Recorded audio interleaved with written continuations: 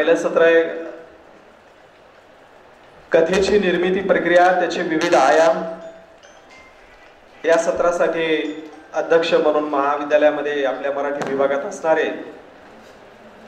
Doctor Vijaykumar करजकर sir समीक्षक आहेत, चांगले निवेदक आहेत, मोठे वक्ते महात्मा बसवेश्वर यांचे अभ्यासक आहेत, पुरोगामी विचारांचे कार्यकर्ते म्हणूनही ते परिचित आहेत आणि आज ते आपल्या कार्यक्रमाचे अध्यक्ष आहेत। यासाठी साधन व्यक्ती म्हणून आपल्याला लाभलेले प्राचार्य डॉक्टर देवेंद्र पुनशे सर ते खास यवतमाळ येथून आपल्यासाठी आलेले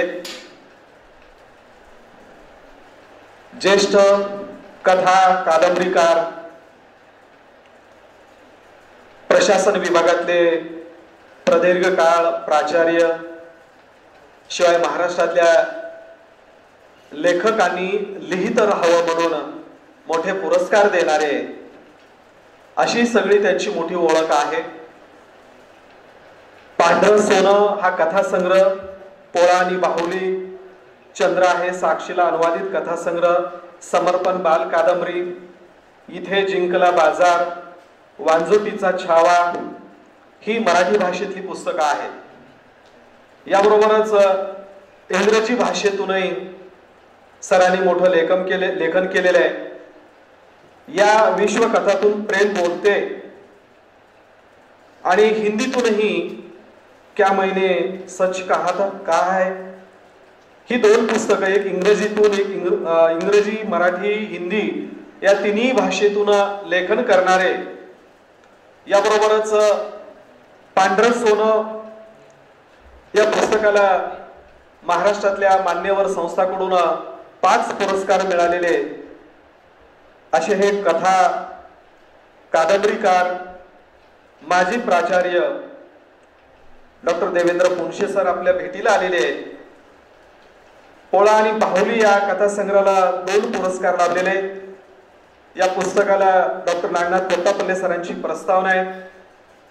महाराष्ट्र शासनाचा महाराष्ट्र राज्य साहित्य आणि संस्कृती मंडळ मुंबई दे रघुनाथ विशेष कथासंग्रह पुरस्कार, ललित रंगभूमी साहित्य पुरस्कार, इथे जिंकला बाजार या कादंबरीला मिळालेले काही विदर्भ साहित्य संघ, मुक्त सृजन साहित्य संघ असे काही पुरस्कार आणि महाराष्ट्रातल्या विविध संमेलनामध्ये त्यांचा सहभाग।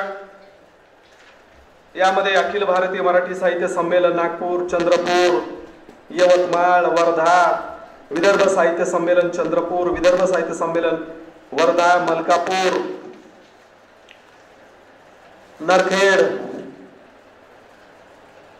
यवतमाळ, गोंदिया, आर्णी, नागभीड या ठिकाणी झालेल्या विदर्भ साहित्य संमेलनामध्ये परिसंवाद, संमेलनाचे अध्यक्ष, कथाकथन, याबरोबरच मुक्त सृजन साहित्य संमेलन महाबळेश्वर इथेही सहभाग, परिसंवादामध्ये असे हे लिहित्या हाताचे लेखक, उत्तम प्रकाशक, प्रशासक आपल्या आज भेटीला आलेले आणि ते मुळामध्ये विदर्भातले आहेत। विदर्भातल्या ग्रामीण भागातल्या मातीचा, माणसांचा दाहक असा अनुभव त्यांनी आपल्या कथेतून मांडलेला आहे आणि ते तुमच्यासाठी विद्यार्थ्यांशी संवाद साधावा, कथेच्या अनुषंगानं त्याच्या निर्मिती प्रक्रियेबद्दल बोलावं म्हणून ते आज आपल्यात उपस्थित आहे। महाविद्यालयाचे प्राचार्य, उपप्राचार्य, मराठी विभाग आणि आपल्या वतीनं मी डॉक्टर देवेंद्र पुनशे सरांचं पुनश्च एकदा स्वागत करतो। मित्रांनो, आपणही पुन्हा एकदा टाळ्या वाजवून देवेंद्र पुनशे सर आणि करजकर सर यांचं स्वागत करावं आणि पुढं आपण या निर्मिती प्रक्रियेसंदर्भात आपण समजून घेणार आहोत। धन्यवाद। धन्यवाद सर। गर्दीपेक्षा दर्दी असलेली माणसं खूप महत्त्वाची असतात। आपण दर्दी असलेली सगळी साहित्य रसिक माणसं। धन्यवाद सर। आजच्या या पहिल्या सत्रासाठी साधन व्यक्ती म्हणून असलेले आदरणीय देवेंद्र पुनशे सर यांना विनंती करतो की आपण आमच्या विद्यार्थ्यांना आपण आपल्या विवेक कथेच्या आयामांचा परिचय करून द्यावा।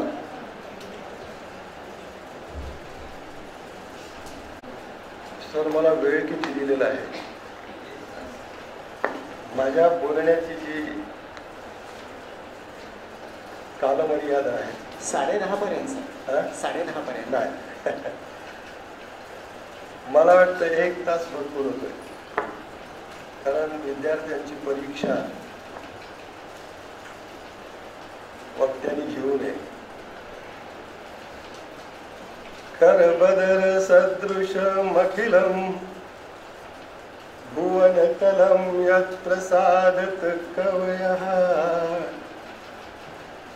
पश्यन्ति सूक्ष्ममतये सा जयती सरस्वती देवी. देवी सरस्वतीला माझं त्रिवार वंदन.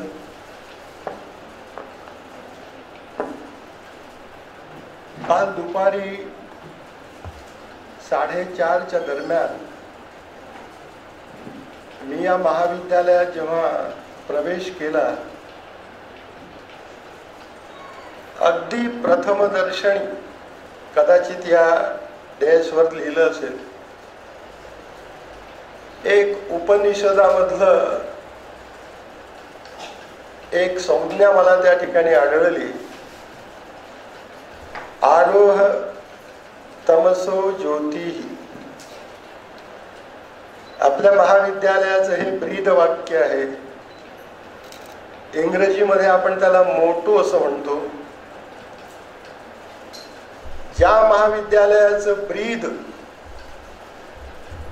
आरोह तमसो ज्योतिः आहे, त्या महाविद्यालयाची प्रचिती साक्षात मला अनुभवायला मिळाली, अगदी प्रथमदर्शनी.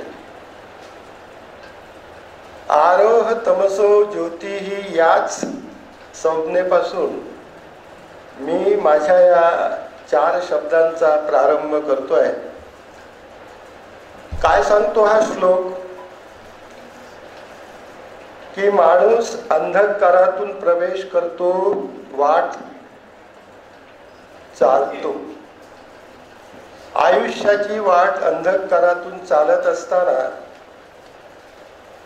एक पाऊल प्रकाशाकडे टाकावं, असा या श्लोकाचा अर्थ आहे.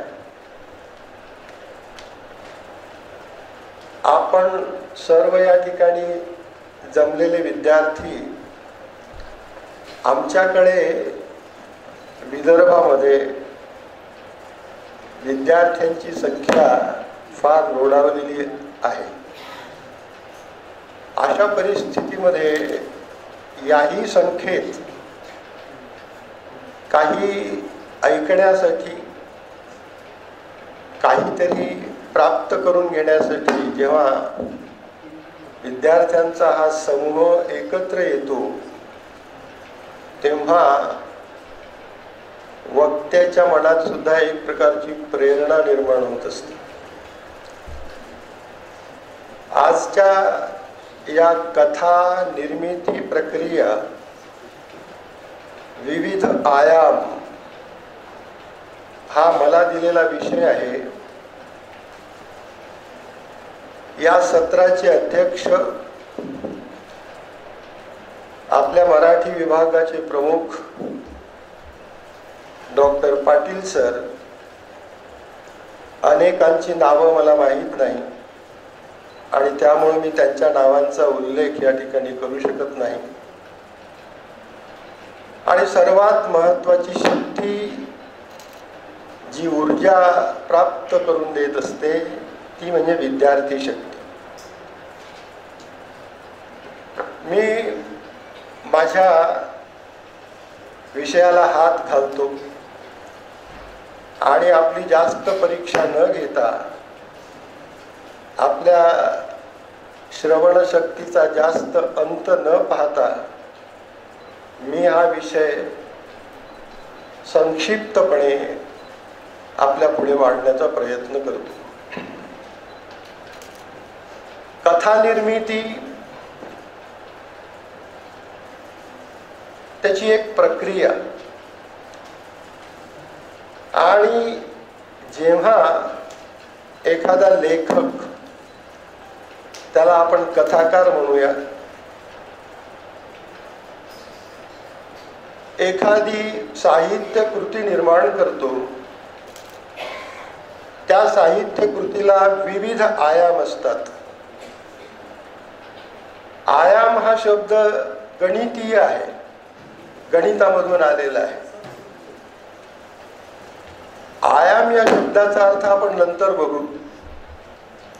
सुरुवातीला मी वळतो आहे कथा निर्मिती या विषयाकडे.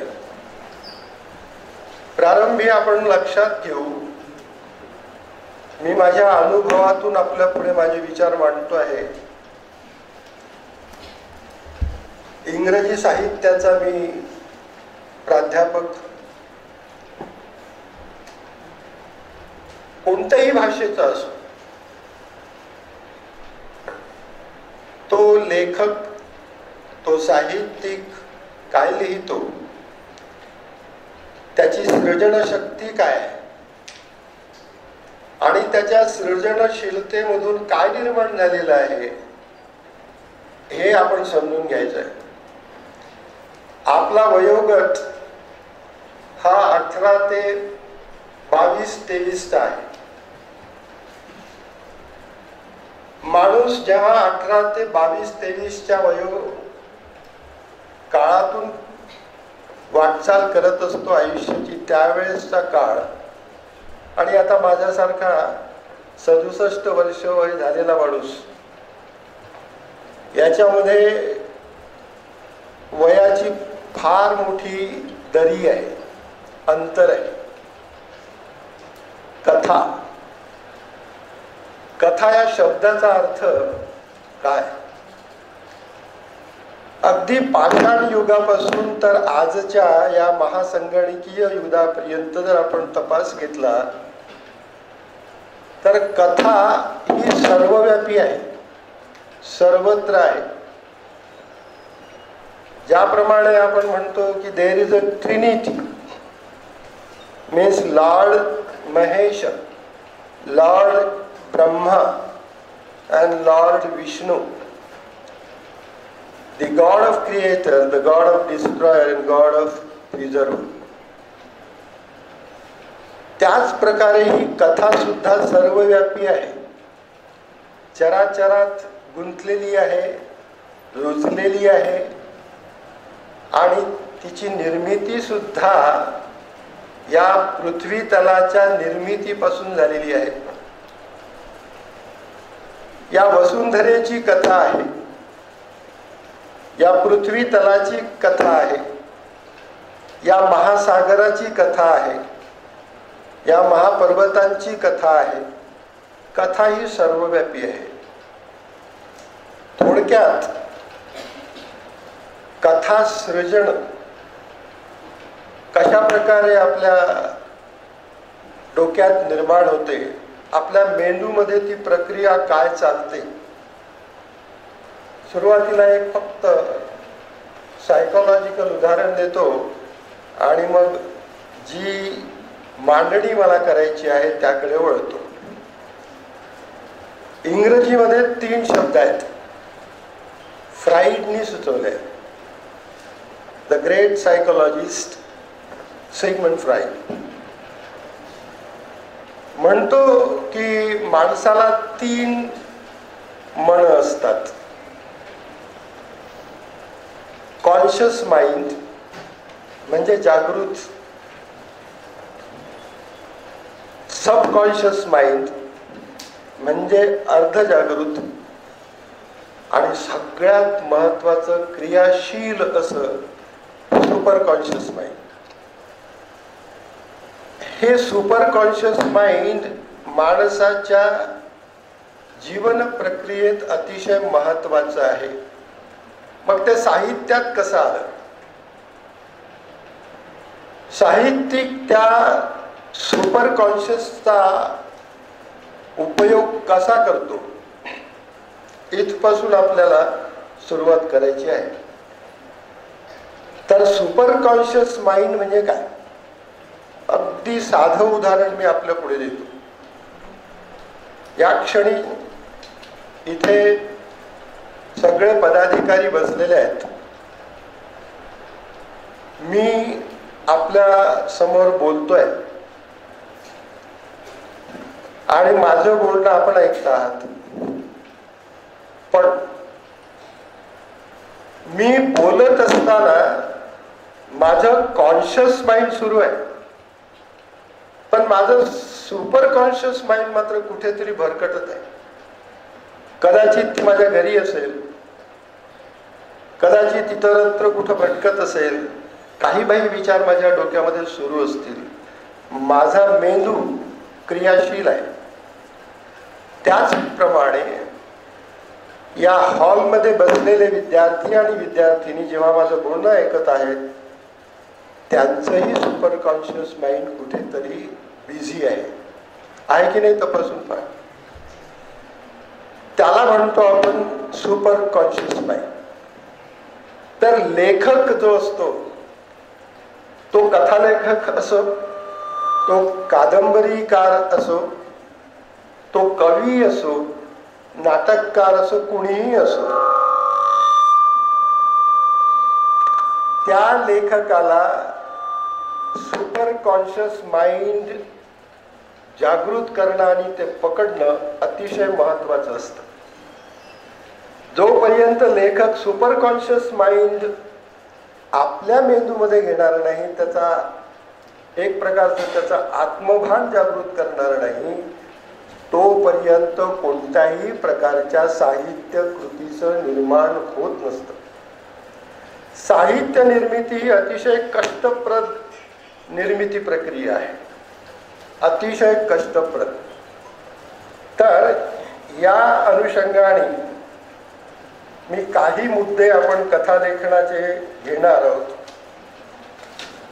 की कथा म्हणजे काय हे मी तुम्हाला सांगितलेलं आहे, थोडक्यात सांगितलं आहे. थोडक्यातच आपल्याला 1 तासात आटपायचं आहे. मी घड्याळ लावून ठेवतो, त्याच्या पलीकडे मी जाणार नाही,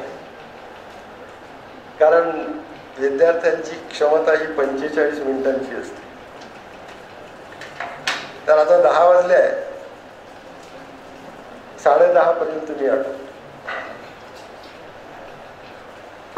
शेवटला भाग जो राहणार आहे माझ्या भाषणाचा, तो मात्र तुमच्याकडून करून घेणार आहे मी, त्यासाठी तयार राहा. कथेची निर्मिती.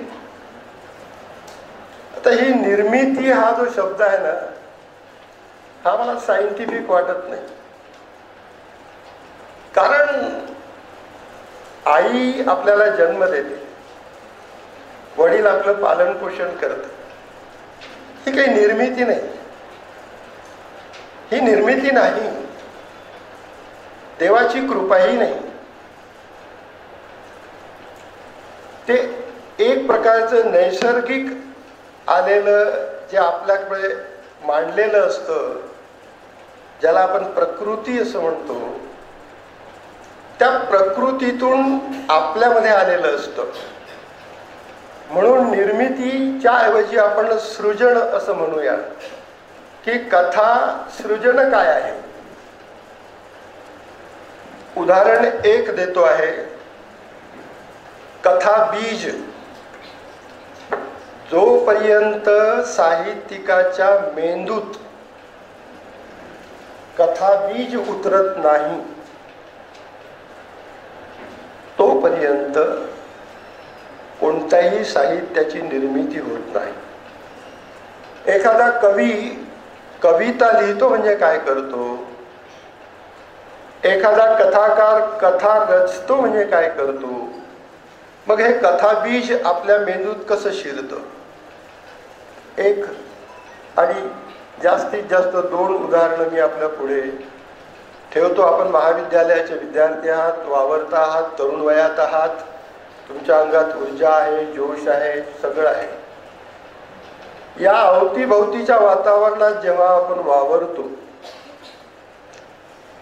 वावरत असताना अनेक अनुभव तुमच्या समोर येतात.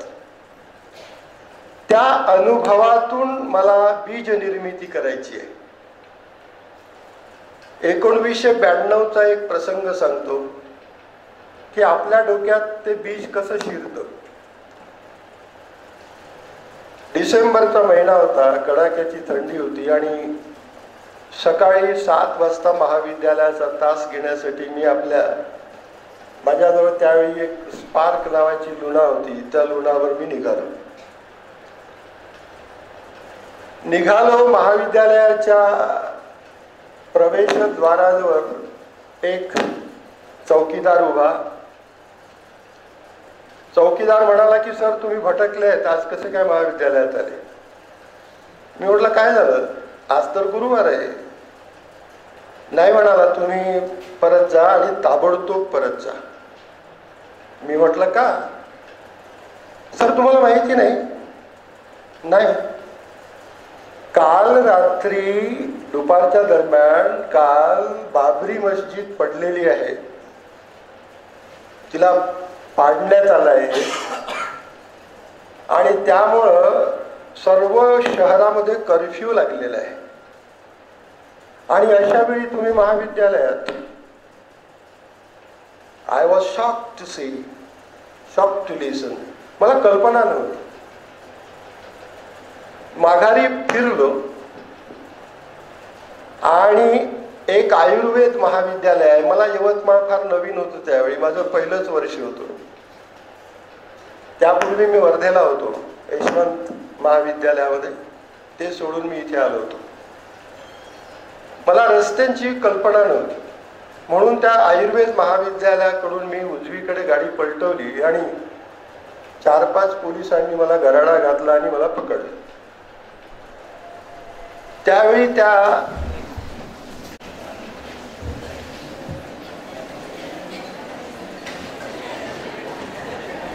कथाबीज डाव्या बाजूला बस स्टेशनचं आगार होतं, डेपो, आणि त्या बाजूला भयंकर मोठ्या प्रमाणामध्ये गलिच्छ घाण पाणी वाहत असलेलं, मोठे सिमेंटचे पाईप पडलेले आणि बेशरमांची झाडी वाढलेली. मी जसं वळलो आणि पोलिसांनी मला अडवलं, सांगितल्यानंतर पोलीस म्हणाले की तुम्ही निघून जा, फक्त मारायचं सोडलं. त्यावेळी माझ्या नजरेत आला एक मुलगा, अगदी 7-8 वर्षाचा असावा. त्याच्या काखेमध्ये शबनम बॅग आणि ती शबनम बॅग घेऊन तो पोलिसाच्या धाकानी त्या गलिच्छ पाण्यामध्ये असलेल्या पाईपमध्ये घुसला आणि तिथून माझ्या डोक्यात कथा बीज पडलं. मी घरी जाऊन विचार करायला लागलो की हा लहानसा मुलगा त्या घाणेरड्या पाण्याच्या पाईपमध्ये जीवाच्या धाकानी शिरतो. त्याच्यानंतर काय झालं मला माहिती नाही, पण तिथून माझ्या डोक्यामध्ये कथेचं बीज पडलं आणि मी सतत विचार करायला लागलो की यावर कथा लिहिल्या जाऊ शकते. हा प्रसंग जरी लहान असेल तरीही या लहान मुलावरती कथा लिहिल्या जाऊ शकते. आणि मग मी त्यावर एक भाकर नावाची कथा लिहिली. ती गणा जोगळेकर स्मृती कथालेखन पुरस्कारासाठी पाठवली पुण्याला आणि तिला प्रथम क्रमांकाचं पारितोषिक मिळालं. ही गोष्ट आहे 1992ची. पारितोषिक 93ला मिळालं. असो, त्या पारितोषिकामुळे ही कथा मोठी झाली असं नाही. माणसाच्या डोक्यात कथा बीज कसं निर्माण होतं याचं उदाहरण मी तुम्हाला सांगितलं आहे. भाषणाचा शेवट करताना जे तुमच्याकडून करून घेणार आहेत त्याही कथेचं एक कथाबीज तुमच्या समोर सांगतो आणि मग समोर आपण जाऊ. फक्त 2 उदाहरण. अगदी अलीकडली 6 महिन्याच्या अगोदरली एक घटना आहे. कुठल्या वर्तमानपत्रात ती आली नाही. चांगल्या घटना वर्तमानपत्रात येण्याचा हा काळ नाही. काळ नाही. एक 18 ते 20 वर्षाची मुलगी तुमच्याच वयोगटात पोलीस भरतीसाठी अखंड मेहनत घेते आहे, परिश्रम करते आहे आणि त्या शहर आहे नागपूर, त्या नागपूर शहराच्या एका मैदानावरती रनिंगची प्रॅक्टिस करते आहे. कथाबीज काय असतं ते सांगते. सकाळी, कारण दुपारी तिचं महाविद्यालयाचे तास असतात म्हणून ती सकाळी रनिंगची प्रॅक्टिस करते आहे त्या मैदानावर. तुमच्यासाठी फार महत्त्वाची गोष्ट आहे, तुमच्यासाठी पण आणि तुमच्यासाठी. त्यावर मी कथा लिहिली आहे. रनिंग करत असताना ती सिमेंटच्या ट्रॅकवरून करत नाही, कारण पायाचे घुटणे त्रास देतात म्हणून ती जमिनीवरून करते. सकाळची वेळ असते, सूर्योदय जस्ट झालेला असतो, पण ती एक जातीपातीचा उल्लेख मी या ठिकाणी करत नाही. तिच्याकडे तरुण लोकांच्या वाईट नजरा, ती घाबरून जाते. वाईट कॉमेंट, आजची मुलं कशी बोलतात हे तुम्हाला सांगण्याची गरज नाही. ती ग्राउंड मध्ये रनिंग करण्याची वेळ बदलत. मग ही मुलं 7 वाजता असतात म्हणून ती 6 वाजता येते. घडलेली घटना आहे. 6 वाजता तीच टोळकी पुन्हा तिथे यायला लागतात. त्या मुलीवर पाळत ठेवतात, तिच्यावर गलिच्छ कॉमेंट करतात. ती पुन्हा वेळ बदलवते. सकाळी 5 वाजताची वेळ करते की यावेळेस सकाळी 5 वाजता वेगळा प्रकार तिच्या दृष्टीला पडतो की मुलं तर मुलं, तरुण तर तरुण, पण आमच्यासारखी म्हातारी माणसं सुद्धा तिच्याकडे वेगळ्या नजरेने पाहायला लागतात. तोंडात दात नाही, डोळ्यावर दाढ, भिंगाचे चष्मे आहेत आणि ते म्हातारे त्या मुलीकडे पाहून त्यांच्या वाईट वासनामय नजरा तिच्याकडे फेकतात. वास्तव आहे, मुलीच्या समोर प्रश्न पडतो की आता काय करायचं. आणि ती मुलगी बिचारी अर्ध्या तासाने पुन्हा 4:30 वाजता धावायला सुरुवात करते. अंधार असतो आणि त्या मैदानावर फेकलेल्या प्लास्टिकच्या बॉटल्स, काय काय ते मैदानावर फेकलेलं असतं ते सांगण्याची गरज नाही. त्या दिवशी सकाळी रनिंग करत असताना तिच्या पायात शू नाही, फक्त स्लीपर आहे आणि तीही टाकेवर झिजलेली. अशा परिस्थितीत ती रनिंग करते आहे. अत्यंत गरीब आहे. तिच्या पायात काचेचा एक तुकडा घुसतो आणि पाय रक्तबंबाळ होतो. खाली बसते. काही असतं तिच्याजवळ साधा रुमाल सुद्धा नसतो. ती जवळची एक प्लास्टिकची पिशवी उचलते पॉलिथिनची आणि पायाला बांधण्याचा प्रयत्न करते. अशात एक म्हातारा तिथे येतो आणि तिला म्हणतो की माझा रुमाल घे आणि पायाला बांध. तर मुलीचं उत्तर काय आहे? कथाबीज इथे पडलेलं आहे. त्या उत्तरातून कथाबीज आलेलं आहे. त्या मुलीनं त्या म्हाताऱ्याला, 70 वर्षाच्या म्हाताऱ्याला जे उत्तर दिलं ना, त्या उत्तरातून ही कथा निर्माण झालेली आहे. ती मुलगी म्हणते की आजोबा हे तुम्हीच आहात, दररोज माझ्याकडे कोणत्या नजरेने पाहता, मला तुमचा रुमाल नको. आणि इथे मी विचारात पडलो. हे कथेचं कथा बीज आहे. ती कथा शेवटी मी तुम्हाला सांगणार आहे की कथेचा शेवट कसा करायचा. आता नाही सांगत.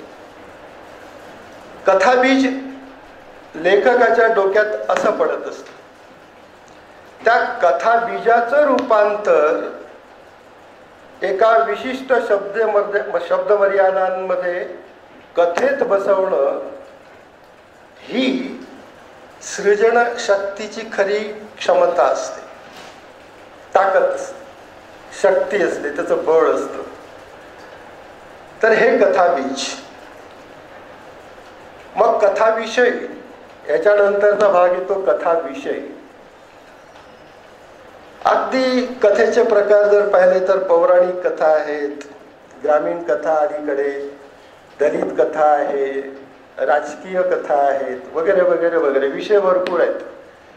विषयाला कुठल्याही प्रकारे बंधन नाही, कुठलाही विषय तुम्ही निवडू शकता. पण माझं प्रामाणिक मत असं आहे की एखादा विषय ठरवून कथा निर्मिती होते असं मला मान्य नाही. कथा निर्मिती ही आपोआप अनुभवातून येत असते. मी आज तुम्हाला या वेशात जरी दिसत असलो तरी माझं बालपण अतिशय खडतर गेलेलं आहे. 10 एकर जमीन असलेल्या कास्तकाराचा एक मुलगा आहे.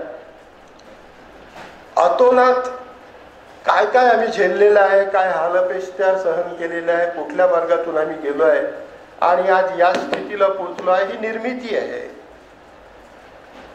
आणि लेखक होणं यासारखा अतिशय त्रासदायक प्रकार नाही. पण माझा आपल्याला सल्ला असेल, it is my advice to you all that take a pen and write down at least 50 to 100 words on the paper. करा तुम्ही. Do not stop. Do not be solaced. कधीच नाही, समाधान नाही मानायचं, चालायचं पुढे. तर कथाविषयाबद्दल मी जास्त बोलणार नाही. कथाविषयी अनेक आहेत. आता आपण वळूया कथेचा प्रारंभ कसा करायचा. 15 मिनिट राहिले आहेत. कथेचा प्रारंभ सुद्धा कथाकाराला निवडायचा असतो आणि कथेचा मध्य हा सर्वस्वी कथा लेखकाची खरी क्षमता असते की तो मध्य कसा साधायचा, निवेदन कसं करायचं हे कथाकाराला ठरवायचं. कादंबरीचा अवकाश मोठा असतो. कादंबरीचा विस्तार तुम्हाला पाहिजे तसा करता येतो, परंतु कथेला शब्द मर्यादा असतात.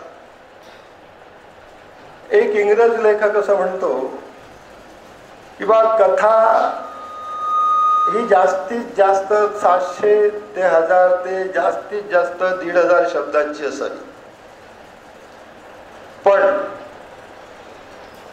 त्या कथेमध्ये संपूर्ण सत्व आलं पाहिजे. आता सत्व नावाचा शब्द आला,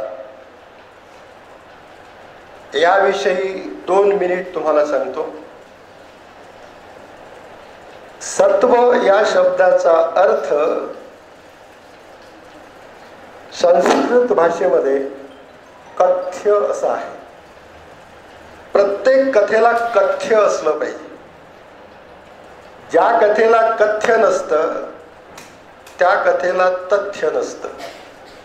ती टाकाऊ कथा असते, ती वाचकांच्या मनाला भिडत नाही. It doesn't move the readers, never, कधीच नाही. तर ते कथ्य तुम्हाला त्या कथेमध्ये साधायचं असतं. तुम्ही नवीन लेखक आहात, याचा शोध घ्या. They should be hunted, hunt out. What is that कथ्य? ते कथ्य काय, ज्याला आपण इंग्रजीमध्ये एसेन्स असं म्हणतो, तो एसेन्स काय, ते सत्व काय. आता मी तुम्हाला 2 प्रसंग सांगितले. या कथेतलं सत्व काय, या कथेतलं कथ्य काय, तेही आपण शेवटी घेणार आहोत. कथेचा प्रारंभ. एखादं कथाबीज आपल्या डोक्यात रुजलं आणि मला वाटलं की यावर आपण कथा लिहिली पाहिजे, तर पहिला मुद्दा निर्माण होतो की या कथेचं निवेदन काय करायचं. त्या कथेचा निवेदक कोण असेल. निवेदक 2 प्रकारचे असतात. एक प्रथम पुरुषी असतो, म्हणजे जो मी पासून सुरू होतो. आणि दुसरा असतो तृतीय पुरुषी, तो थर्ड पर्सन मध्ये येतो. म्हणजे ती शाळेत आली, तो शाळेत आला, ती आणि तो, थर्ड पर्सन. मी महाविद्यालयात प्रवेशलो, मी महाविद्यालयाच्या तासाला बसलो, मी प्रथम पुरुष. तर हा निवेदक तुम्हाला सुरुवातीला ठरवायचा आहे. जशी ही 2 कथाबीज मी तुम्हाला सांगितली, याचं निवेदक वेगवेगळे आहेत. त्या मुलीची कथा मी प्रथम पुरुषी घेतलेली आहे, ती मुलगी ती कथा सांगते आहे. आता स्वतःचा अनुभव सांगणं म्हणजे कथालेखन नाही, अनुभव कथन म्हणजे कथालेखन नाही. अनुभवातून कथेची निर्मिती कशी करता, हे कथाकाराचं खरं कार्य आहे, त्यातून झाली पाहिजे. तर प्रारंभ हा अतिशय खेचक असायला पाहिजे. 2 वाक्य वाचल्याबरोबर ती कथा वाचावीशी वाटली पाहिजे वाचकांना. नाहीतर मग ती कथा तो वाचक काही वाचत नाही, अरे इस कथा में कोई दम नहीं, पढ़ने लायक जरूर भी नहीं, कुछ नहीं, आणि मग तो टाकून देतो. हे असू नये. कथेचा प्रारंभच असा करा की त्या वाचकाने ठरवलं पाहिजे की no, I should read it, मी वाचली पाहिजे, मला वाचलं पाहिजे. तो कथेचा प्रारंभ असतो. आणि कथेचा प्रारंभ करत असताना तुम्हाला तुमचे अनुभव कामी पडतात, वातावरण निर्मिती करावी लागते, तुमचे अनुभव गाठीशी यावे लागतात. जाता जाता एक उदाहरण सांगतो की आजची पिढी काय लिहिते आहे, अनुभव घेत नाही. जोपर्यंत तुम्ही अनुभव घेणार नाही, कथा निर्मिती तर काय, एखादी कविताही तुम्ही लिहू शकणार नाही. एका लेखिकेने मला तिची एक कादंबरी पाठवली, नाशिक कडली ती होती, माझी ओळख पाळख काहीच नाही. आणि ती मला म्हणाली वातावरण निर्मिती सांगतोय तुम्हाला, आणि तिच्या कादंबरीचं प्रारंभ सांगतोय की या कादंबरीला सर तुम्ही प्रस्तावना लिहा. कादंबरी 200 पानाच्या जवळपासची होती. मी म्हटलं बा माझ्याकडून जर शक्य झालं तर मी जरूर लिहीन, म्हणून मी ते कादंबरी वाचायला घेतली. जॉग्रफी सर, मगाशी बोललो मी तुमच्याशी, जॉग्रफी किती महत्वाची आहे. साहित्यिकाला भूगोल आणि इतिहासाचा फार मोठा अभ्यास असावा लागतो, तरच तो साहित्यिक मोठा होतो. हे 2 विषय फार महत्वाचे आहेत. तर त्या कादंबरीची सुरुवात अशी होती सर, शिंदे सर, की डिसेंबरचा महिना होता, कडाक्याची थंडी होती आणि मी शेतामध्ये फिरायला निघाली. शेतात गेली, प्रसन्न वातावरण होतं, सर्वत्र पिकं उभरलेली होती, बहरलेली होती, फुललेली होती, आणि अकस्मात आभाळ दाटून आलं. मी एका मोहाच्या झाडाखाली उभे राहिले.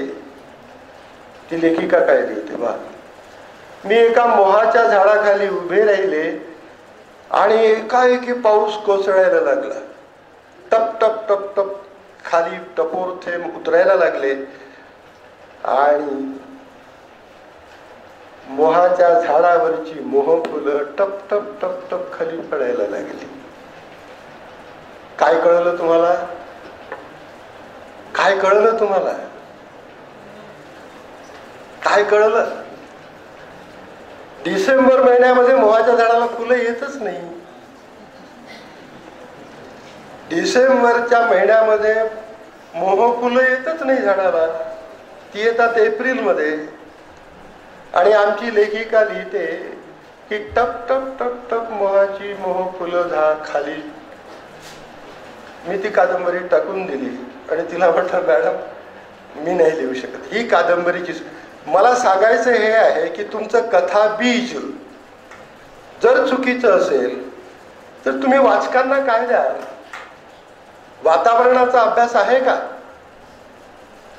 तुम्ही चुकीचं समजा, तुम्हाला सुद्धा कळलं नाही त्या तुमच्यापर्यंत जर ती कादंबरी आली असती तर तुम्ही म्हटलं तर वा वा वा वा व्हॉट्स बेस्ट नॉवल. चेतन भगत टाकाऊ लेखक, आमच्यासाठी टाकाऊ लेखक, पण तुमच्यासाठी प्रसिद्ध लेखक आहे. त्याच्या कादंबऱ्या वाचा. असो, तो भाग नाही. मी हे सांगत होतो की कथेचा प्रारंभ जर इतका चुकीचा असेल तर ते तुमच्या डोक्यात येईल. तुमचं सुपर कॉन्शियस माइंड ते मानेल. तुमचं कॉन्शियस माइंड जागृत होईल? नाही होणार. म्हणून कोणत्याही कथेचा प्रारंभ हा मुव्हिंग असावा, अट्रॅक्टिव्ह असावा. वाचकाला वाटलं पाहिजे की मी हे पुढचं वाचलं पाहिजे, तरच ती कथा, तरच ती कादंबरी तुमच्या आमच्या पुढे पूर्ण ताकदीनिशी उभी राहते, अन्यथा नाही. आणि मग त्या कथेचा मध्य हा तुम्हाला निवेदनातूनच, आणि सगळ्यात महत्वाचं संवाद. त्या कथेचे संवाद कसे लिहायचे. प्रत्येक पात्र, जशी ही मुलगी आहे, हिच्या बोलण्याची तऱ्हा वेगळी आहे जरी मराठी बोलत असेल. हा मुलगा बसलेला आहे, गोरा गोमटा आहे, स्मार्ट आहे, आणि मी त्याला पाहिल्यानंतर म्हणतो की बा this boy can speak very fluently, very वगैरे वगैरे. पण मी जेव्हा त्याला ऐकतो तर त्याच्या बोलीतला जो भाग आहे, जो बोलीतली त्याची शैली जी आहे ती मला कळते. तर संवाद लिहित असताना सुद्धा अत्यंत काळजी, कारण प्रत्येकच व्यक्ती सारख्या ढंगात बोलत नाही. कहा आहे इधर आओ, हे आज्ञाधारक वाक्य झाली. पण हीच आज्ञाधारक वाक्य आपल्याला सौम्य तऱ्हेनं बोलतायत. मैं देर करता नहीं लेकिन देर हो जाती है. राजेश खन्ना देर हो जाती है चा जो हेल लावतो तो फार इफेक्टिव्ह असतो. इतर कलाकाराला तो साधता येत नाही. संवाद शैली, मग ती ग्रामीण स्त्री असो, ग्रामीण पुरुष असो, ग्रामीण मुलगा असो, मुलगी असो, तिची बोलण्याची पद्धत तुम्ही टिपली पाहिजे. त्या बोलण्याच्या पद्धतीचा तुम्ही अभ्यास केला पाहिजे. तिचं काळजीपूर्वक निरीक्षण केलं पाहिजे. मग आमचे शिंदे सर कसे बोलतात, आमचे पाटील सर कसे बोलतात, गुरूंच्या भाषण शैलीतून सुद्धा आपल्याला संवाद शैली शिकता येते. आणि ते संवाद त्या पद्धतीने तुम्हाला तुमच्या निवेदनात उतरायचे. कथेचा एक भाग असा आहे की कथेची पात्र ही निवडक असली पाहिजे, जास्त पात्र नसावी. जॉन ओसबोर्न नावाचा इंग्रजी एक नाटककार आहे. त्याचं एक जगप्रसिद्ध नाटक आहे वेटिंग फॉर गोदो. या वेटिंग फॉर गोदोच्या हिंदी संस्करणामध्ये नसीरुद्दीन शहानी आणि ओमपुरीने ऍक्टिंग केलेली आहे. हे दोनच पात्र आहेत, नसीरुद्दीन शाह आणि ओमपुरी. कारण ते संपूर्ण नाटक दोनच पात्रावर आहे. 3 अंकी नाटक, 2 पात्र. कथेला सुद्धा पात्र फार निवडक असली पाहिजे, जास्त पात्र नसो. हा एक विषय, हा मध्यभागी आला पाहिजे. आणि मग आता आपल्याजवळ फार कमी वेळ आहे. मी आता वळतो कथेच्या शेवटाकडे, कारण 1 तासामध्ये तुम्हाला हे सांगणं फार कठीण आहे. आता तुम्ही किती कॉन्शियस आहात याची परीक्षा मी घेतो. कारण ही कार्यशाळा आहे, वर्कशॉप आहे. आणि वर्कशॉपमध्ये निव्वळ ऐकायचं नसतं. वर्कशॉपमध्ये तुम्हाला तुमचं ऍक्टिव्ह पार्टिसिपेशन द्यायचं. तर आता जी मी कथा तुम्हाला सांगितली तो त्या कथेचा मध्य होता. एका मुलीची कथा, तो त्या कथेचा मध्य होता. या कथेचा प्रारंभ कसा असेल? मी प्रारंभ तुम्हाला वाचून दाखवतो. मध्य मी सांगितलेला आहे. या कथेचा शेवट तुम्हाला करायचा आहे. तुम्हाला सांगायचं आहे की सर कथेचा शेवट असा असू शकेल. तर मग आपण वर्कशॉपमध्ये आहोत. ठीक आहे. कथेचा प्रारंभ काळजीपूर्वक आहे का? त्या मुलीवरची कथा आहे, तिचं शीर्षक शेवटी आपण पाहू. आता या कथेमध्ये मी एक काळजी घेतलेली आहे. प्रथम पुरुषी निवेदनातून जाणारी ही कथा, या कथेमध्ये संपूर्ण शेवटल्या वाक्यापर्यंत मी त्या मुलीचं नाव दिलेलं नाही. त्या मुलीचं नाव नाही येऊ दिलं मी. मुलीचं नाव कथेच्या शेवटल्या वाक्यामध्ये येते. तो शेवट तुम्हाला सुचवायचा आहे. मी प्रारंभ तुम्हाला वाचून दाखवतो. चालेल? Are you ready? Consciously? Okay. सकाळचं ऊन ढगांची लाज पांघरून जमिनीवर उतरलेलं. स्टेडियमच्या टायली वाटेवरून बुजुर्गांची टोळकी लुडबुडी गप्पा ठोकत मॉर्निंग वॉकच्या नावावर उधानी पावलं उचलत असलेली.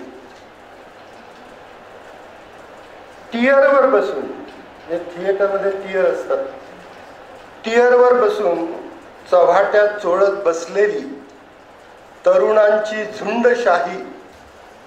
शब्द मी काय रचलेला? तरुणांची झुंडशाही झोडग्यातून झेपावीत असलेली. झोडग्याचा अर्थ कॉमेंट्स. झोडग्यातून झेपावीत असलेली. मैदानावर सर्वत्र पसरलेल्या पॉलिथिनच्या पिशव्या, प्लास्टिकच्या बॉटल्स, त्यांच्या लांब लांब लंबोळ्या, गुटखा पाउचेसच्या चिटोऱ्या, फरसाणाच्या पॉलिथिनी चोळ्या आणि बरंच काही बाई. लावारिस कुत्र्यांची हेल उठत असलेली. आणि मी धावत आहे.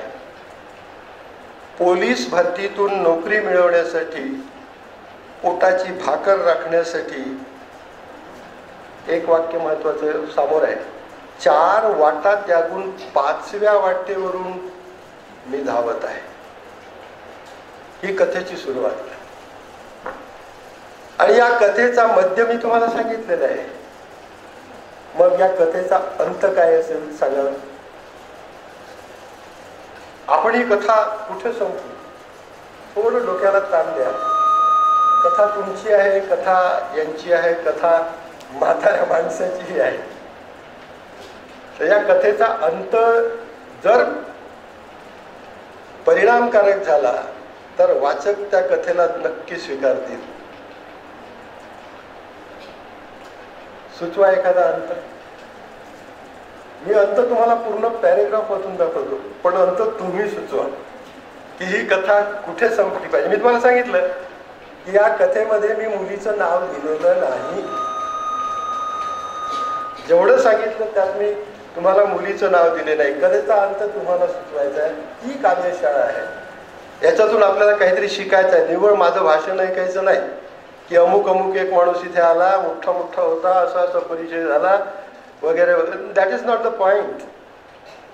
माय point of view is the student should learn something in my workshop. He or she should take something after the end of this workshop. सुचवा. एखादं वाक्य सांगा. एखादं वाक्य तुमच्याकडून येऊ द्या आणि एखादं वाक्य या बाजूने येऊ द्या. सांगा.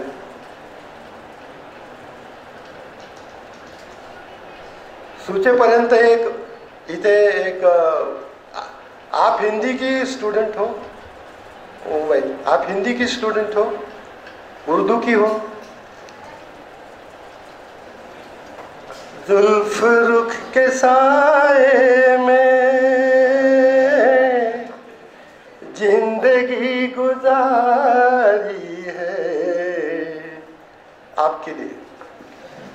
जुल्फ रुख के साए में जिंदगी गुजारी है, धूप भी हमारी है, छाव भी हमारी है। ही मुलगी आहे, ही मुलगी आहे आणि ती मुलगी तुम्हाला आह्वान करते आहे की धूप रुख के साए में जिंदगी गुजारी है, धूप भी हमारी है, छाव भी हमारी है। सुचवा। मग दुसरा शेर तुम्हाला सांगतो या गझलचा, त्यातही मुलगीच आहे, त्यातही मुलगीच आहे। हा बोल, हा बोल, माईक बोल।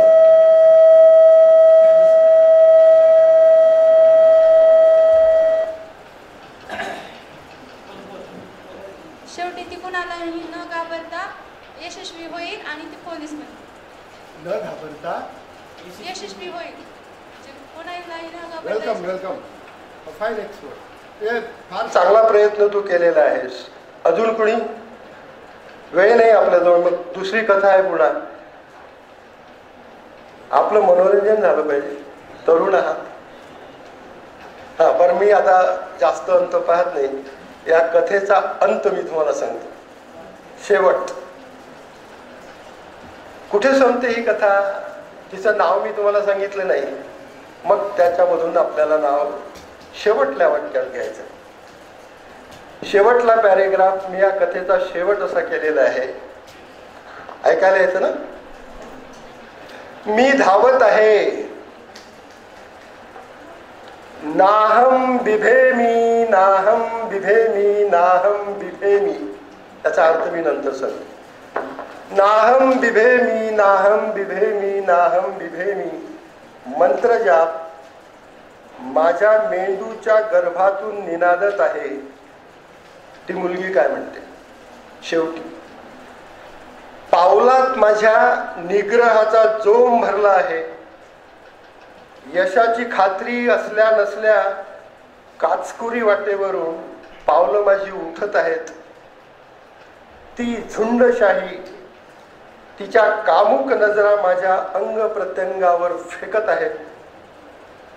बुजुर्गी टोळकी सुद्धा त्यांच्या अंतिम वाटेवरून, म्हणजे मरणाकडे चालले, त्यांच्या अंतिम वाटेवरून पुढे सरकणारी वासनामय चोरटी दृष्टी माझ्या ताकदीय चालीवरून फेकत आहे। समाज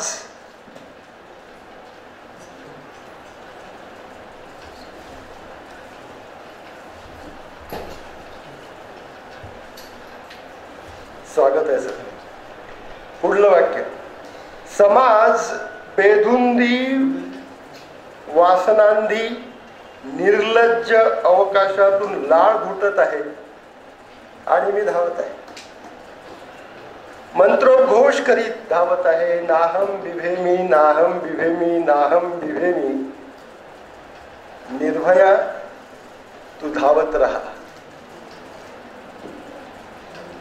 मुलीचं नाव? इथे ही कथा संपते। कथेचा शेवट वाचकांपर्यंत पोहोचवण्याची, आता मी अनेक कथाकारांबद्दल बोलत नाही, मी माझ्यापुरतं बोलतोय की मी कथा इथे तिच्या नावासोबत संपवलेली आहे। निर्भया तू धावत राहा। यश तिला माहिती नाही, मिळेल की नाही याची गॅरंटी नाही, पण ती धावत आहे पोलीस भरतीमध्ये नोकरी मिळवण्यासाठी। ही कथा आहे। तर आपल्याला तो प्रारंभ आणि शेवट या पद्धतीने साधायचा आहे।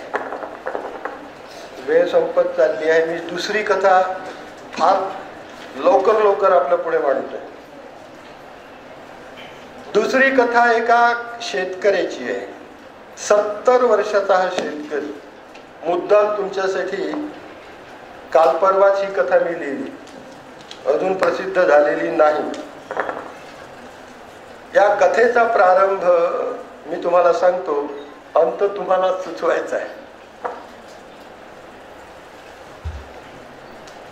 गावात आर्ट ऑफ लिव्हिंग म्हणजे जगण्याची कला याचं शिबिर आहे. गावात गल्लीबोळीत रंगीत फलक लावली आहेत. सकाळ संध्याकाळ, त्या महाराजांचं नाव मी दिलं नाही या ठिकाणी. सकाळ संध्याकाळ र र र यांचं शिबिर 2 दिवस चालणार आहे. जगण्याची कला ते आम्हाला शिकवणार आहे. जगण्याची कला. काशीनाथ तो फलक वाचतो आणि जच्या ठिकाणी म येतो आणि गच्या ठिकाणी र येतो आणि तो त्या गल्लीतून वावराच्या दिशेला वळतो. पुढल्या वाटेवरून तो झपझप सरकतो. वावराच्या वाटेवरून त्याची पावलं पडू लागतात.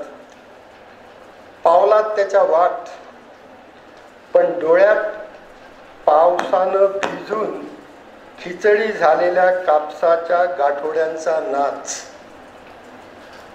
70तल्या त्याच्या अंगातून वाहणाऱ्या घामाचा थेंब नि थेंब भिजल्या कापसाच्या पावसाच्या थेंबात जाऊन जिरू लागलेला आहे आणि तो शेताची वाट चालते. हा कथेचा प्रारंभ आहे.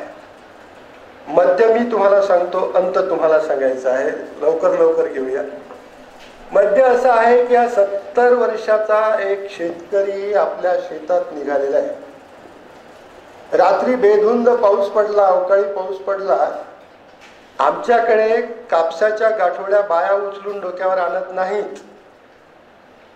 त्यांच्या कंडिशन्स असतात की जर बैलबंडीतून आणत असाल, ऑटोतून आणत असाल, गाडीतून आणत असाल तर आम्ही तुमच्या वावरात कापूस वेचायला येतो, नाही तर आम्ही काही तुमच्या वावरात कापूस वेचायला येत नाही. या कंडिशन्स आमच्याकडे आहेत. या काशीनाथच्या शेतामध्ये वेचलेला कापूस तसाच पडू नये आंब्याच्या झाडाखाली. रात्री पाऊस येतो आणि तो सगळा कापूस बिचाराचा भिजून जातो आणि ती कापसाची गाठोडी आणण्यासाठी हा काशीनाथ 4 एरझारा मारतोय. 4 एरझारा मारता मारता ह्या 70तल्या कास्तकाराचा दम निघतोय. गावात जगण्याच्या कलेच्या मोठा ढिंडोरा पिटवला जातोय आणि काशीनाथ थकल्या पावलांनी, झिजल्या देहानं, झिजल्या मेंदूनं 4 एरझारा 3.5 किलोमीटर जाणे, 3.5 किलोमीटर येणे दिवसभर राबतोय आणि कापसाची 4थी गाठोडी परत आणत असताना हा शेवट आहे. तर या झिजलेल्या, थकलेल्या, श्रमलेल्या कास्तकाराच्या या कथेचा अंत आपण कुठे करू? डोळ्यासमोर तो अनुभव आणायचा आणि तो अनुभव आपल्याला कथा या प्रकारामध्ये अत्यंत संक्षिप्तपणे मोजक्या शब्दांत मांडायचा आहे. तर आपला अंत कुठे संपेल? गावात जगण्याची कला आहे, त्याचं शिबिर आहे आणि आमचा 70 वर्षाचा हा कास्तकार बिचारा झिजत आहे. त्याला जगण्याची कला काय आहे हे कळत नाही. काय असू शकेल अंत? जसं त्या मुलीने फार सुंदर उत्तर दिलं तसं एखादं उत्तर आता इकडून मुलीकडूनच आलं, एखाद्या मुलाकडून आलं पाहिजे. कारण कथा एका म्हाताऱ्या माणसाची आहे. ही कथा एका म्हाताऱ्या माणसाची आहे, म्हाताऱ्या शेतकऱ्याची आहे. आणि शेतकऱ्यांची व्यथा. आज 3 प्रश्न देशाला फार मोठ्या प्रमाणात पडलेले आहेत. एक प्रश्न आहे लोकसंख्येचा. आज 150 कोटी आहोत. CAA कायदा लागल्यानंतर 7.9 कोटीला जनसंख्या वाढणार आहे, म्हणजे आम्ही 170 कोटी होणार आहोत. आम्हाला राहण्याला जागा मिळणार नाही, खायला अन्न मिळणार नाही, पिण्याला पाणी मिळणार नाही, वस्तुस्थिती आहे.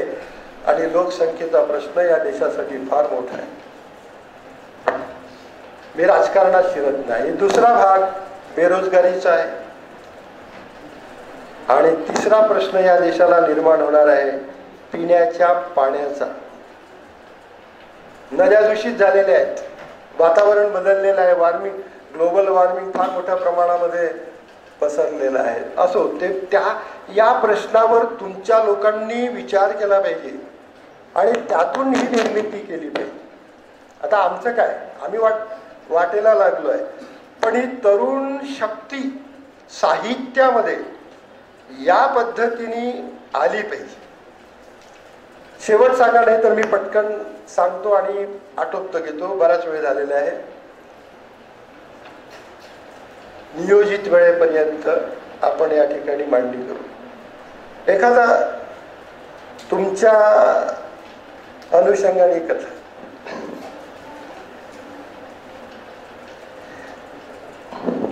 जिंदगी से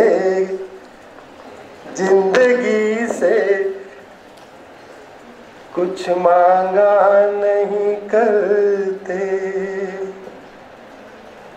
जिंदगी से इतना मांगा नहीं करते, मांगने वालों को कासा नहीं मांगा करते. कासा, कासा म्हणजे काय? उर्दू में कासा किसको कहते? नहीं मालूम. कासा का मतलब है भीख मांगने का कटोरा. मांगने वाले से कासा नहीं मांगा करते. मांगने वाले से कासा नहीं मांगने का है. हमको उस कथा का अंत बताना है. तो अंत क्या होगा? बेटियों के लिए भी हाथ उठाओ मंजर. शायर का नाम मंजर भोपाली है, इसलिए मंजर. बेटियों के लिए भी हाथ उठाओ मंजर. सिर्फ अल्लाह से बेटा नहीं मांगा करते. भगवान को सिर्फ बेटा मांगते हो. सिर्फ अल्लाह से बेटा नहीं मांगा करते. जिंदगी से इतना कुछ मांगा नहीं करते. हा काशीनाथ याच्या जीवनाचा अंत सांगा. आप बैठी थी इसलिए आपको 2 शेर मैंने सुना दिए.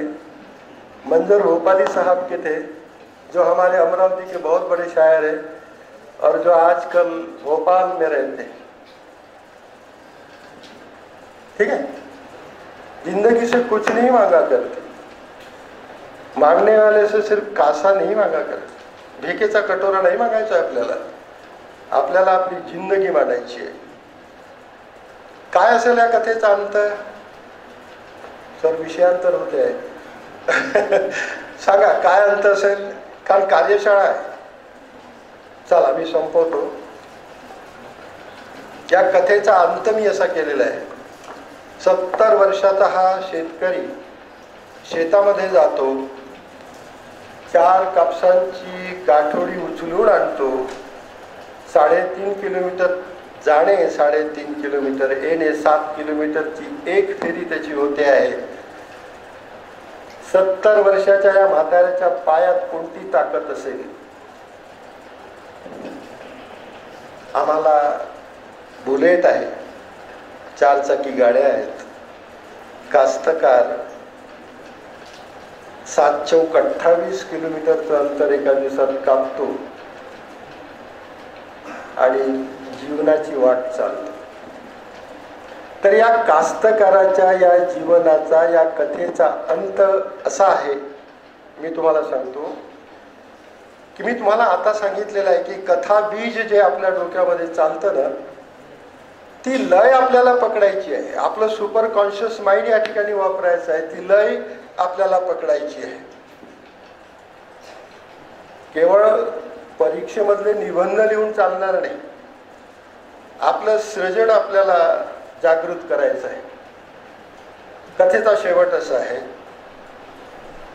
पूर्ण पॅरेग्राफ मी आपल्याला वाचून दाखवतो की हा काशीनाथ काय म्हणतो. माझ्या गावातला प्रत्यक्ष माणूस आहे. मी काही काल्पनिक आणलेला नाही आणला. मी प्रत्यक्ष त्याचं ते श्रम पाहिले आणि त्या श्रमातून या माणसावरती मी आता 15 दिवसाच्या पूर्वी ही कथा लिहून काढली. मी त्याच्याशी संवाद साधला, बोललो. त्याचं नाव नारायण आहे, पण मी त्याला या कथेत काशीनाथ म्हणून आणलेलं आहे. आज 70 वर्षाच्या पार झालेला आहे.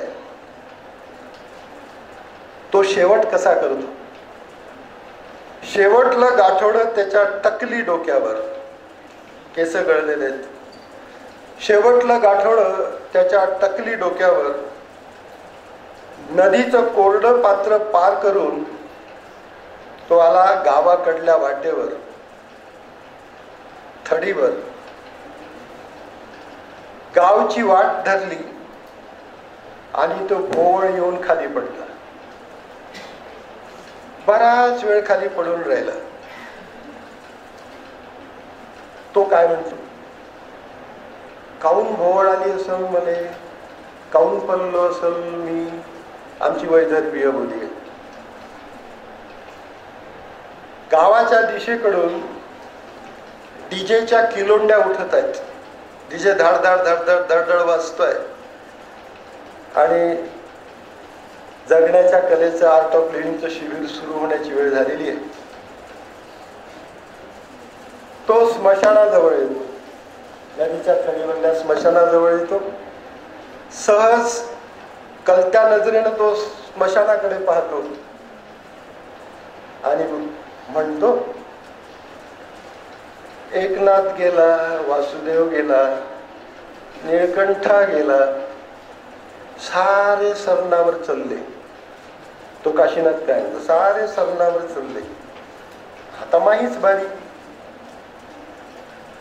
आणि मग तो एकाएकी त्या गावाच्या दिशेनं तोंड करतो, डोक्यावरचं गाठोडं थोडं सरकवतो आणि आक्रोश करून तो ओरडतो, अरे तुम्ही आम्हाला जगण्याची कला शिकवणार आहे. दररोज वावराच्या या धुऱ्यावरून त्या धुऱ्यावर, त्या धुऱ्यावरून या धुऱ्यावर, नांगराच्या वखराच्या पाठीमागे आम्ही धावतो,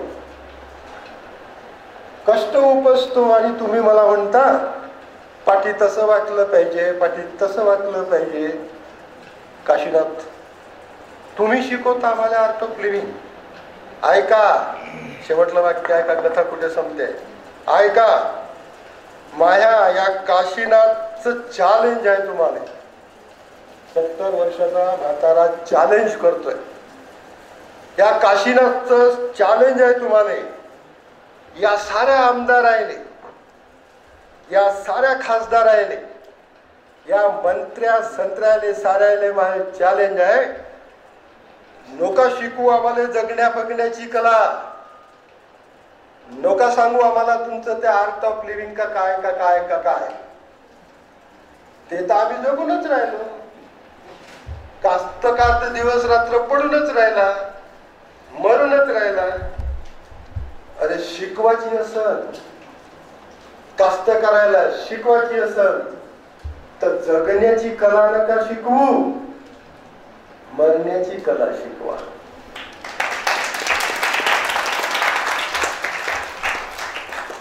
आपल्या कथेचं शीर्षक आहे मरण्याची कला. जगण्याची कला नाही, मरण्याची कला. हे आपल्याला सुचलं पाहिजे. त्या कथेचा शेवट मी असा केला, एखादा दुसरा कथाकार वेगळ्या अंगाने करेल. तुम्हाला लिहायला दिली, तुम्ही वेगळ्या अंगाने कराल. मी मात्र या कथेचा शेवट या पद्धतीने केलेला आहे. आता ती संपूर्ण कथा वाचल्यानंतर तुमच्या लक्षात येईल. मी जाता जाता फक्त एवढं सांगतो तुम्हाला की हे जे 2 विषय मी तुम्हाला सुचवलेले आहे, एक मुलींसाठी, एक तुमच्यासाठी, मुद्दाम मी इथून गेल्यानंतर मी गेलो म्हणजे वरती नाही गेलो, जाणार नाही. कारण जरी मी 68व्या वर्षात पदार्पण केलेलं आहे तरी एवढ्या लवकर जाण्याची माझी काही, आजही मी त्या ताकदीने लिहितो. सकाळी 9 ते 12 आणि 3 ते 6 मी लॅपीवर असतो. सतत माझं लेखन सुरू असते. जे सुचतं ते लिहितो.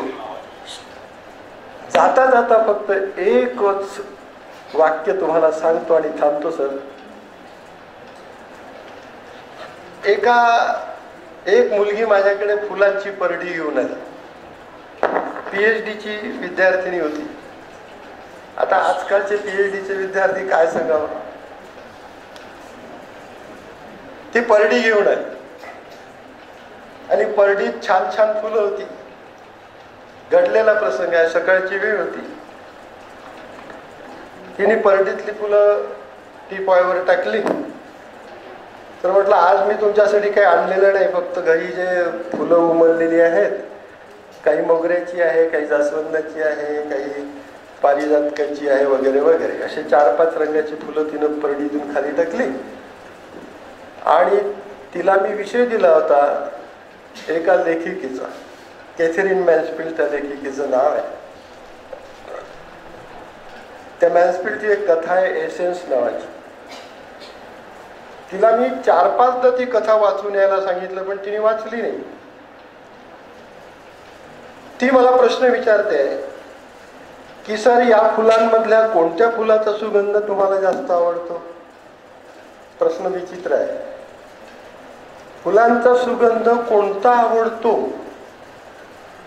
हे मला ती 70त उतरलेल्या एका माणसाला विचारते आहे. PhDच्या त्या गाईडला विचारते. थोडक्यात सांग. तिला म्हणालो की सुहास, तिचं नाव सुहास आहे, सुहास ही निसर्गाची देण आहे. या फुलांचा सुगंध मला आवडतो, आवडत नाही असं नाही आहे. जाता जाता हे शेवटला सांगतो, थांबतो. मला 3 सुगंध जास्त आवडतात. मी लेखक या नात्याने माझी कल्पनाशक्ती वापरली आणि जे भोगलं, सहन केलं, त्यातून मी बोललो. म्हटलं सुहास, मला 3 सुगंध जास्त आवडतात. म्हणाली कोणते. म्हटलं मला पहिला सुगंध जो आवडतो, आई जेव्हा बाळाला जन्म देते आणि त्या बाळाच्या टाळूवर जेव्हा तेल चोळल्या जातं, त्या तेलातून निघणारा सुगंध मला खूप आवडतो.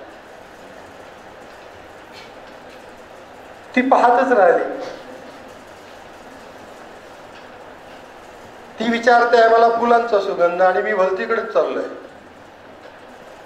म्हटलं मला दुसरा सुगंध कोणता आवडतो.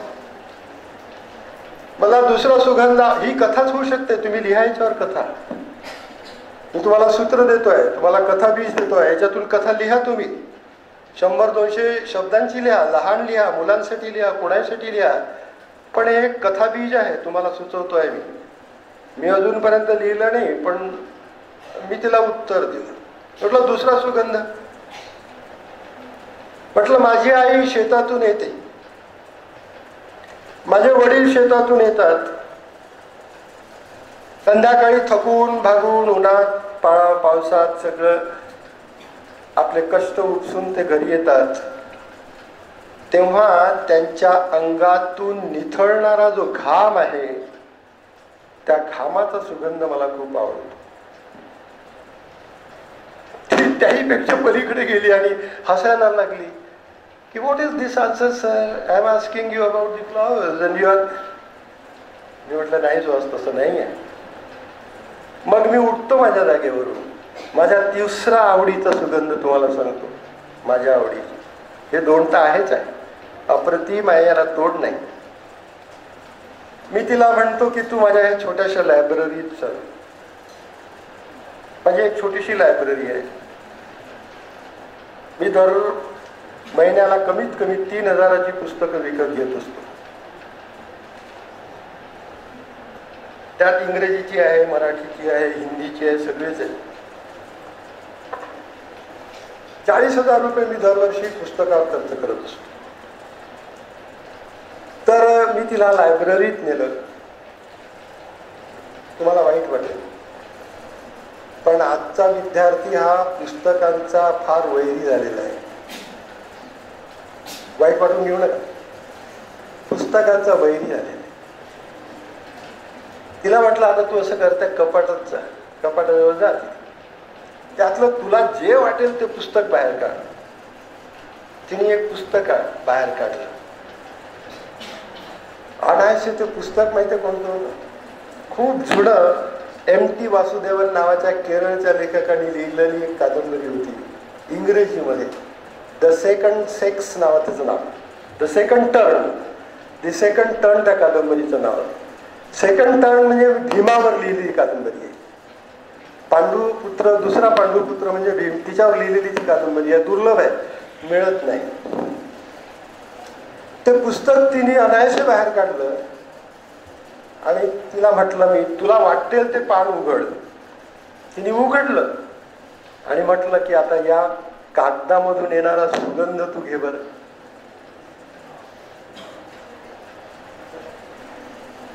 जीर्ण झालेल्या एखाद्या ग्रंथाच्या कागदामधून जो सुगंध येतो ना, घेऊन पहा कधी.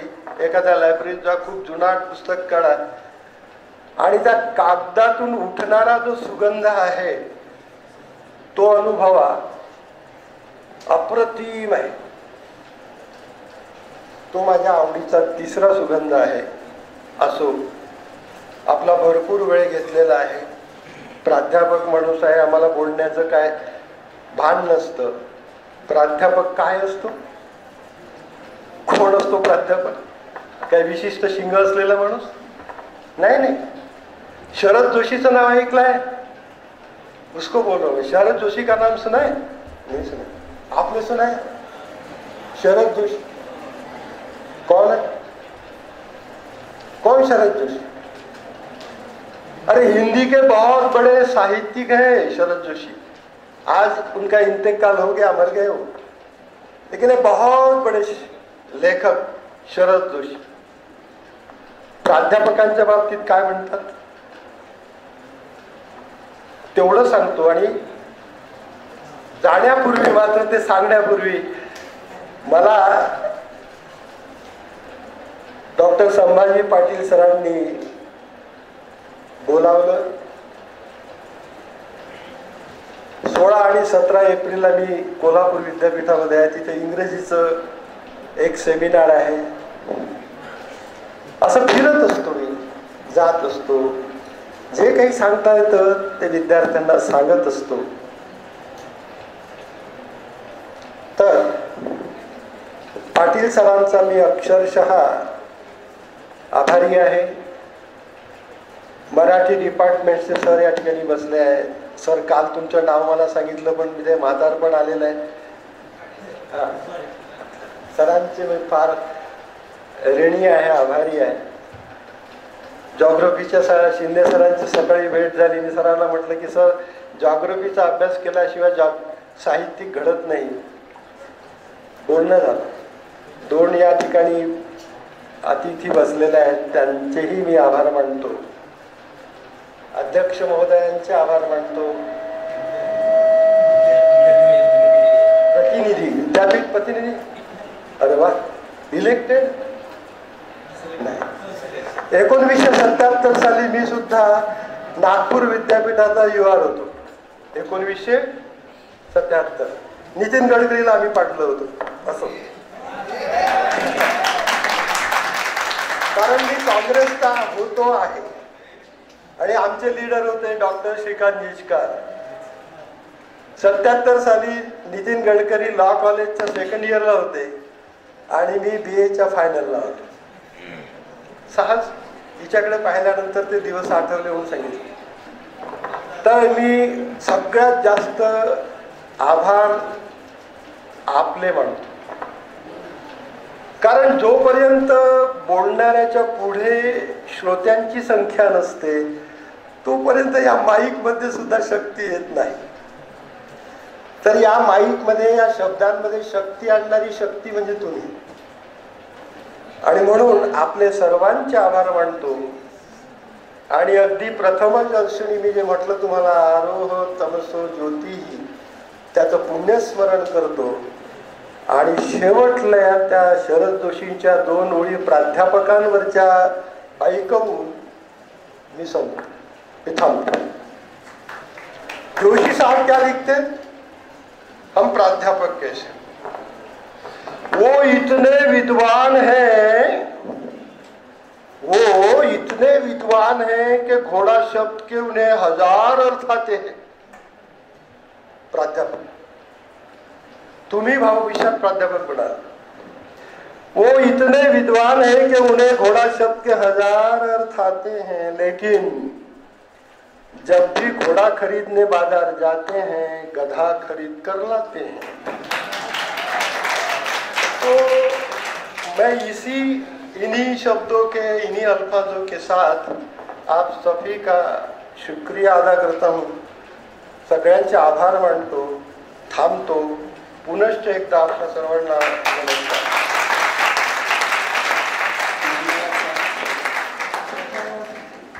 गेली 4-5 वर्ष मी या क्षेत्रामध्ये फार दुर्मिळ पद्धतीनेच वावरत होतो. पण तुमच्या कृपेनं माझ्या पाठीशी सतत सावलीप्रमाणे वागणारे आमचे विभाग प्रमुख आदरणीय संभाजी पाटील सर यांच्यामुळे जीवनाची प्रदक्षिणा चालू आहे. आणि प्रदक्षिणाचा खंड घेऊनच मी त्याचा संपूर्ण आदवंत सरांचा लेख वाचला, परंतु वेळ खूप कमी आहे. त्यामुळं मी फारसं काही इथं मांडणार नाही. पण सरांनी विदर्भातून आलेल्या, आणि विदर्भ म्हटलं की उद्धवजी शेळके यांची कथा, तोड नाही त्या कथेला. आणि धग त्यांची ती कादंबरी, त्यातलं कौतिक, भीमा आणि नामा हे पात्र. तुम्ही अवश्य एकदा धग ही कादंबरी वाचा आणि उद्धव शेळके यांच्या सगळ्या कथा एकदा वाचून बघा. कथा काय असते आणि कादंबरी काय असते याचं उदाहरण त्याच भागातून आलेले लेखक. खरं तर सर तुमचे शतशः आभार. गुरुसुरकर इथं उपस्थित आहेत. बोराडे सरांनी वैजापूरला जे कथा लेखनाचं शिबिर घेतलं, आणि आपल्याही महाविद्यालयामध्ये आम्ही कथा लेखनाचं शिबिर गेल्या 10-15 वर्षापूर्वी घेतलेलं होतो. त्यामध्ये मीही विद्यार्थी होतो. रिंगाणसारखी कादंबरी प्रश्नात खोत विद्यार्थी होते. आणि या शिबिरातून सुद्धा चांगले लेखक, कथाकार घडू शकतात. बोराडे सरांनी ज्यावेळेस ते कथा लेखनाचं शिबिर घेतलं त्यावेळेस फार मोठा विरोध निर्माण झालेला होता. तेव्हा त्यातूनच भास्कर चंदनजू सारखे लेखक फार मोठे पुढे उधायला आले. जागतिक कीर्तीच्या त्यांच्या कथा म्हणून जीएच्या समांतर पातळीवर आज विचार होऊ लागलेला आहे. लाल चिकल नावाची कथा तुम्ही त्यांची वाचली असते. कथेचं बीज कसं असतं, कथेचं बीज कसं आपल्या लेखन शैलीमधून पुढं, किंवा आपल्या कथेची जी शरीर यष्टी असते, कथेचा जो बाज असतो, कथेची जी जमीन असते, त्यामध्ये जे कथेचं बीज कशा रूपानं उगवत असतं ते तुम्ही अनेक कथाच्या माध्यमातून अक्षरशः ती कथा कशी निर्माण केली जाते, कथेचा आरंभ, कथेचा मध्य, कथेचा शेवट अतिशय सूक्ष्म पद्धतीने, जसं निर्गाट, सुरगाट, निर्गाट आणि उकल जे तंत्र होतं कथेचं. दिवाकर कृष्णाच्या कथा आता मी भरपूर आणले, पण वेळ फार कमी आहे सर. पण मीही कथाकार आहे सर. मी असंच एकदा कॉलेजमधून घराकडे गेलो. फार हाडोळती नावाचे एक गाव, फार खेड होतं त्या काळामध्ये. एका चिंचेच्या झाडाखालून 12:30 वाजले असतील. घरी गेल्यानंतर माय पाहिली, आणि त्या काळात पाणी द्यायची पद्धत होती, पाय धुवायची. पाय धुतलं आणि जमिनीवर टेकलो. वस्त्री होती फार थोडा असं आमचं घर. पत्राची 2-3 ओढ आहे, पाठीमागं माळवत आहे. पाटील सर आमच्या घरी आलेले होते. बसल्यानंतर आमच्या मायनं मला जेवाय वाढली. विशेषतः जेवणामध्ये बाहेरचे काही पदार्थ नव्हते. खाराची फोड होती आणि भाकर आणि पिठलं होतं, आपण ज्याला बेसन म्हणतो अलीकडे. जेवण झालं माझं. इकडल्या तिकडल्या गप्पा झाल्या, चर्चा झाल्यानंतर मी फार आता वेगानं पुढे चाललो आणि अचानकपणे मारुतीच्या पाठीमागून एक आवाज आला. मारुतीचं मंदिर आहे आमच्या घरासमोर, फार मोठं हेमाडपंथी देऊळ आहे. आणि आवाज आल्यानंतर आमची मायला फार काळजी गावातल्या लोकांची. अरे काहीतरी झालं. गोसाईच्या घरी फार मोठा आवाज निर्माण झाला आणि बाप लेकाचं भांडणं झालं. मी ही ताळतून उठलो, गेलो. फार मोठी कथा आहे सर, पण वेळ फार कमी आहे. सर मी पाहिलं त्यांचा असा थोराड वाडा आधी आहे. सगळे दगड तुडत असं मोठा वाडा, ज्याला कुठे दरवाजा नाही, काही नाही.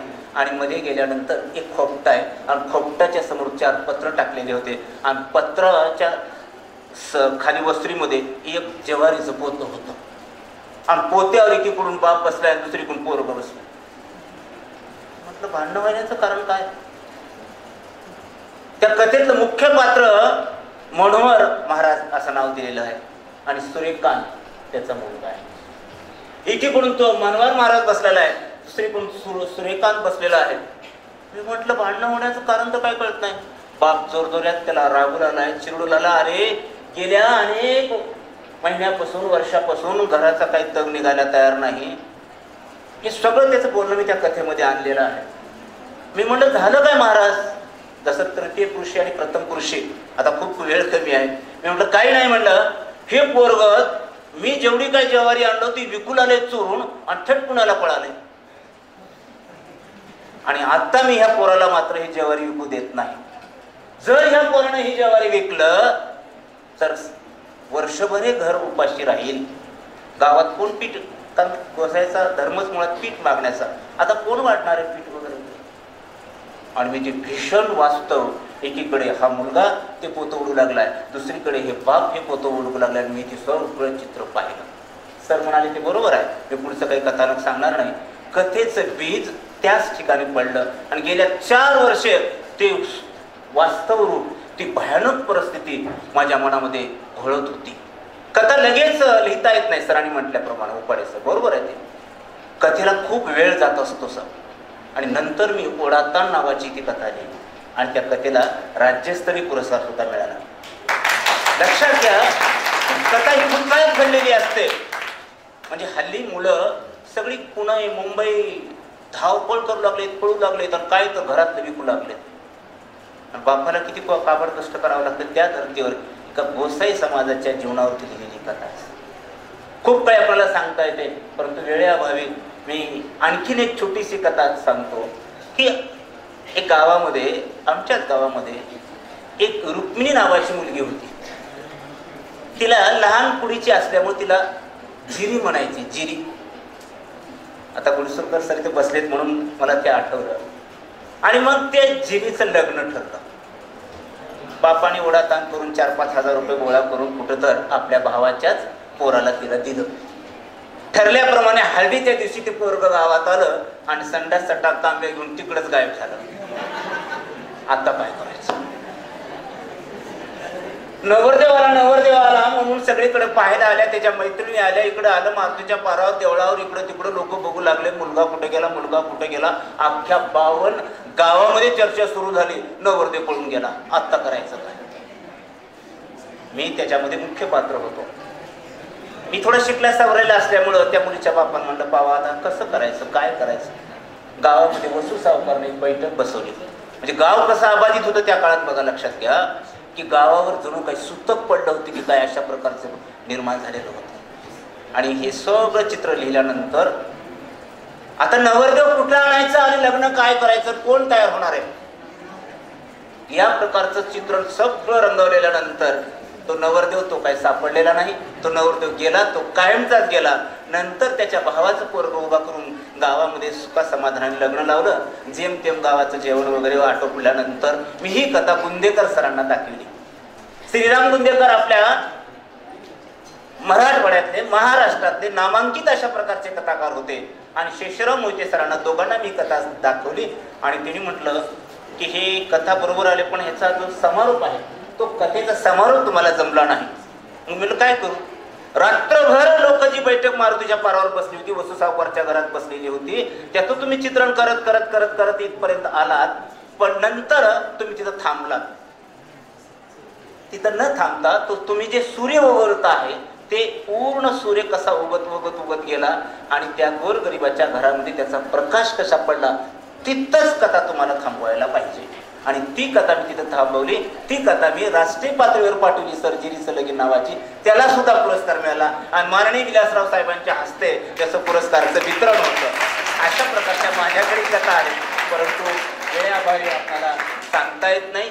आणि कथेचं बीज, कथेचं वातावरण, कथेतली संवाद, कथेतली पात्र ही सगळे आपण पाहिल्यानंतर आपल्या लक्षात आले असेल.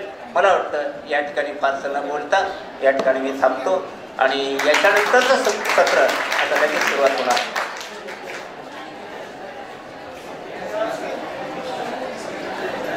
कथेचं तंत्र, सूरघाट, नीरघाट आणि उखल हे कसं असावं हे आपण सांगितलं. कथा सहज साध्य नाही तर